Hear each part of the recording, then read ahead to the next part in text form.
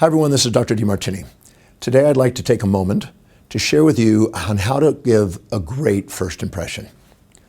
We are in a multicultural world today, and you're coming across people from all parts of the world. And so when you introduce yourself to them and you greet them and you interact with them, your first impression can make a difference on whether you make business or sales or develop relationships, etc. So it's wise to have some understanding of how to make a great impression. In the Western world, for instance, you might handshake somebody. So your handshake is going to be significantly received by the way you handshake. So they ask the question, if you're with somebody, just know if you're actually imagining them and perceiving them as valuable in your life, and you are inspired to meet them, when you meet them, you'll feel it in the handshake. Your perceptions in your mind is going to come across in the way you grab their hand and do it. If you are really aggressive on it and over squeeze it, you're going to give them an impression of that's going to make them back away. If it's too limp, it goes the other direction. It's also going, they don't want to interact with it. And if you're with a female or a male, depending on the size, you want to adjust it according to what you feel is a present, firm handshake. Not overdo it, not underdo it, but a present, firm handshake. Look them straight in the eye. And if you're inspired to be there, show it. Let the inspiration out. That'll come out probably in a smile or at least an intense an inspiration to meet this person. When they feel that it's inspiring to meet them, they get more engaged and want to know who you are. And the best way to do it when you introduce them is not talk about yourself and just dwell about yourself, is to ask them about them. Ask them questions. The quality of your life is based on the quality of the questions you have. And if you ask them questions and draw out of them what's inspiring to them, what's meaningful to them, they're going to perceive you as a very magnetic and charismatic person, and that's the first impression. They're going to give you trust. It's automatically going to be there. Anytime you can increase the dopamine and oxytocin and enkephalons in them, they're going to end up with have more trust, and they're going to end up wanting to bond with you and do business with you or interact with you. Also, just know in different cultures, that greeting may not be a handshake.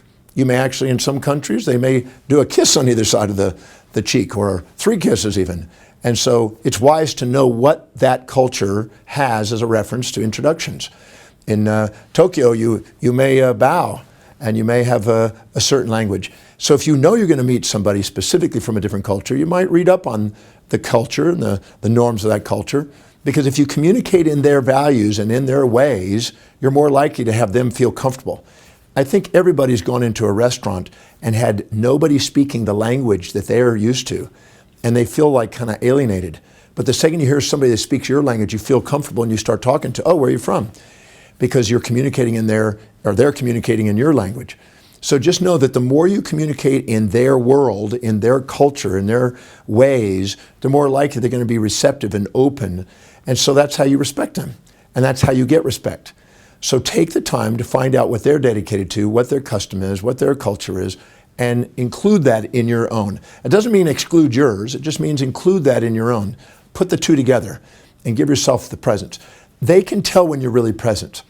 I remember meeting somebody, I'm not going to give names, but I remember meeting somebody that's got reputation in the world, and a husband and wife team that had a son that was a famous singer. And I met the father, and when he shook your hand, he started looking at the person to the side. He wasn't even present with the handshake, and it was offsetting. And yet the wife, the mother of this singer, when she looked at you, you felt like you're the most important person in the world. And you'd hold her hand, and you were just glued to her conversation. And she was very present, completely two opposites, as you see sometimes in marriage. He was disengaging, she was engaging. You had a respect and a trust in her. You didn't feel comfortable with him, and you didn't know where he was at. He was kind of fleeting. That had a major impact, and I still remember that. This is almost 20 years, and I can see that had an impact on my perception of both of them. One I always looked forward to meet again. The other one I didn't really have a yearning to have a meeting again. So just know your first impression can make the difference of you achieving more in life or not. And so take the time to care enough about another person to find out what their background and their culture is, maybe research them and ask them questions about themselves. And then until you've exhausted that, then they'll ask you about you. They're not interested in you until you've been shown to be interested in them. So give a handshake that's firm if it's there, but not too firm. And make sure you're present. Look them straight in the eye. They trust you if you do. And have a smile. If you're somebody inspired to meet them, you're going to do that automatically. So don't fake it, but you want to ask in your mind, how specifically is meeting this person and who they're dedicated to, how's it helping you fulfill what's valuable to you?